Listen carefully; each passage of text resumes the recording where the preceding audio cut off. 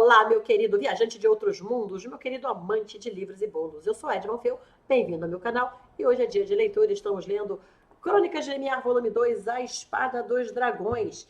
E neste capítulo 41, precisamos falar de Dominique. Antes eu quero convidar você para a Bienal Internacional do Livro do Rio de Janeiro. Eu não sei quando você está vendo esse vídeo, mas se você estiver vendo agora, espero que você possa visitar a gente no stand da editora Portal, onde Renato Rodrigues e eu estaremos lançando a Crônicas de Limiar, volume 4, Os Ventos da Guerra. E a gente vai estar nos finais de semana, nos 2 finais de semana, então eu espero você lá. Acho que vai ser bem divertido pra gente tirar foto, pra gente... Também tem os outros livros nossos lá e vai ser muito bom. Então, eu te espero lá. Então, vamos à leitura. Capítulo 41. Precisamos falar sobre Dominique. Eles chegaram, gritou Peter Paul. Todos saíram correndo para a frente da casa, onde o tapete vermelho ainda era visto ao longe, pintando o céu azul. Não havia aprendizes naquele dia, mas todos os Raionros estavam presentes, ansiosos pela chegada dos 2 amigos que saíram em condições de tão mais notícias. O tapete deu algumas voltas antes de pousar graciosamente na relva verdejante daquela tarde de céu azul.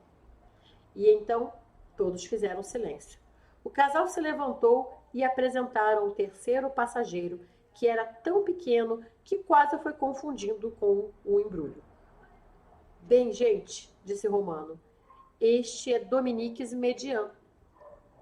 O silêncio continuava, os olhos arregalados, até que Ritch o quebrou com uma pergunta pertinente. Como vocês fizeram isso tão rápido? O momento esquisito e constrangedor se transformou em perguntas de como fora a viagem. Bastou olhar no rosto de Romano para saber que a notícia era triste. A presença do menino também era um indício forte de que Madeleine não estava mais entre eles.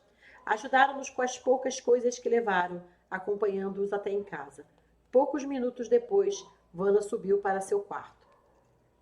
Os olhares indiscretos a seguiram, incluindo o de Romano. Deixe que eu falo com ela, disse Joabe, que já percebera que a amiga estava abalada.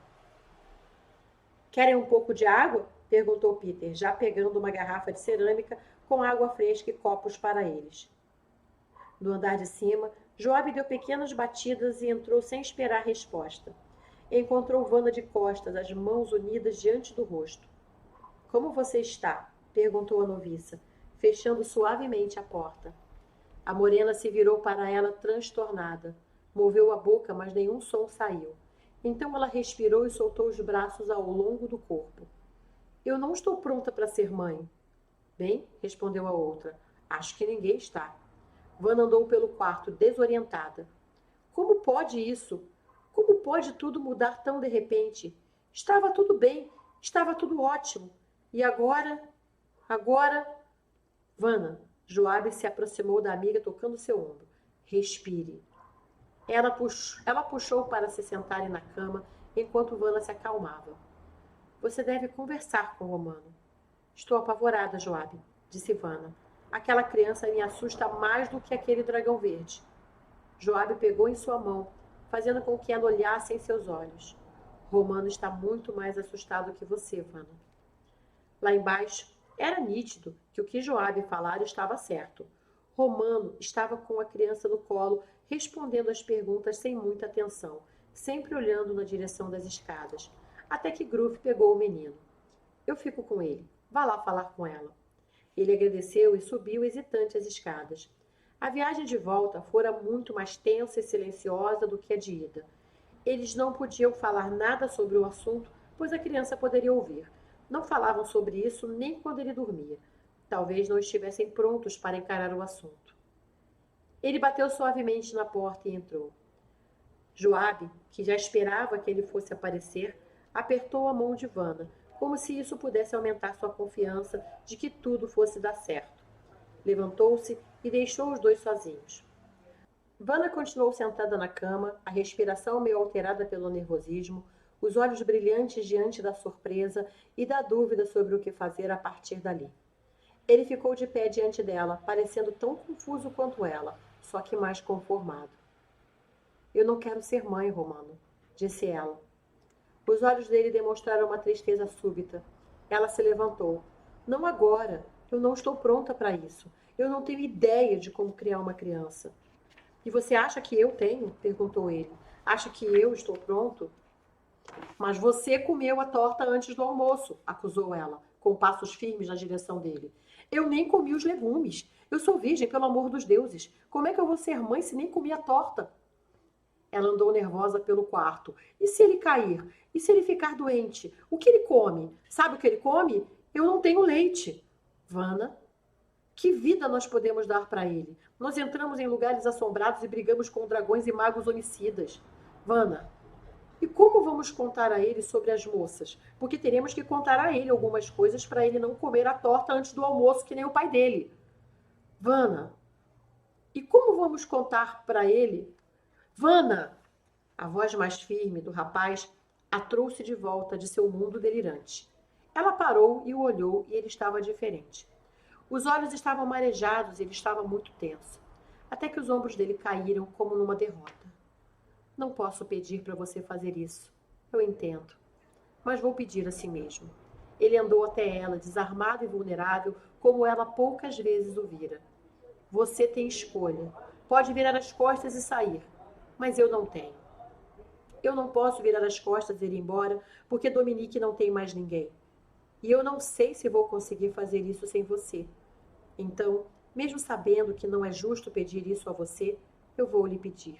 Não dê as costas para mim agora. Não dê as costas para nós. Eles estavam de frente e ela viu as lágrimas caindo pelo rosto dele. E então ela percebeu na pele o que Joabe falara, como se as palavras da noviça ganhassem forma e cor bem diante dela. Ele estava muito mais apavorado do que ela. E então, de repente, ela sentiu uma brisa. Não era uma brisa normal ou real. Era algo vindo de dentro, algo como um sopro que acalmou seu coração. Ergueu sua mão delicadamente até o rosto dele e passou os dedos finos nos cabelos negros. Foi um desses instantes que dura para sempre, que parecem congelar todo mundo lá fora. E então ela sorriu. Mingau, ela disse. Que? Crianças comem mingau. Era o que eu e meus irmãos comíamos. Eu posso aprender a fazer mingau. E espero que ele goste de bolo. E teremos que ter um cachorro. Crianças precisam de um cachorro. Ajuda a formar o caráter. Ele sorriu, mas estava desabando em lágrimas naquele momento. Ela segurou o rosto dele, percebendo que não tinha dito uma coisa importante. Eu sinto muito por Madeleine. Então ele a abraçou e chorou abraçado a ela, afogando as lágrimas dos cabelos fartos. Apertou-a tanto e por tanto tempo que ela teve tempo de pensar em todos os momentos que passaram juntos e como tudo aquilo os levara até ali. Nós ficaremos bem, disse ela por fim, sem sair daquele abraço apertado. Todos nós. O dia foi dedicado a adaptar a casa a um novo morador. Dominique era uma criança calada. Ao menos era o que achavam. Talvez ele estivesse só muito confuso com tamanha mudança. Arrumaram uma pequena cama no quarto de Romano e todos ajudaram na adaptação da casa à criança e da criança à casa. No jantar, com o menino já dormindo, tiveram chance de saber finalmente da história inteira. Madeleine não tinha, afinal, casado por dinheiro. Pelo contrário, ela casara com um nobre que possuía nome e influência, mas não tinha posses. O motivo tinha sido Dominique. 2 meses depois que Romano fora embora, ela se descobriu grávida. Contou à família, que sugeriu uma curandeira que poria fim à gravidez. Ela não aceitou. A outra alternativa foi casá-la com Anton de Bru às pressas e torcer para que ele não estranhasse que a criança nascesse de véspera. Naturalmente, Anton estranhou. Mas, considerando sua situação, não se negou a criar um bastardo, até que Madeleine adoeceu. Ela sabia que a família não assumiria o menino. Nunca houve conexão entre eles e a criança acabaria no orfanato, ou pior, nas ruas. Vanna ouvia tudo em silêncio.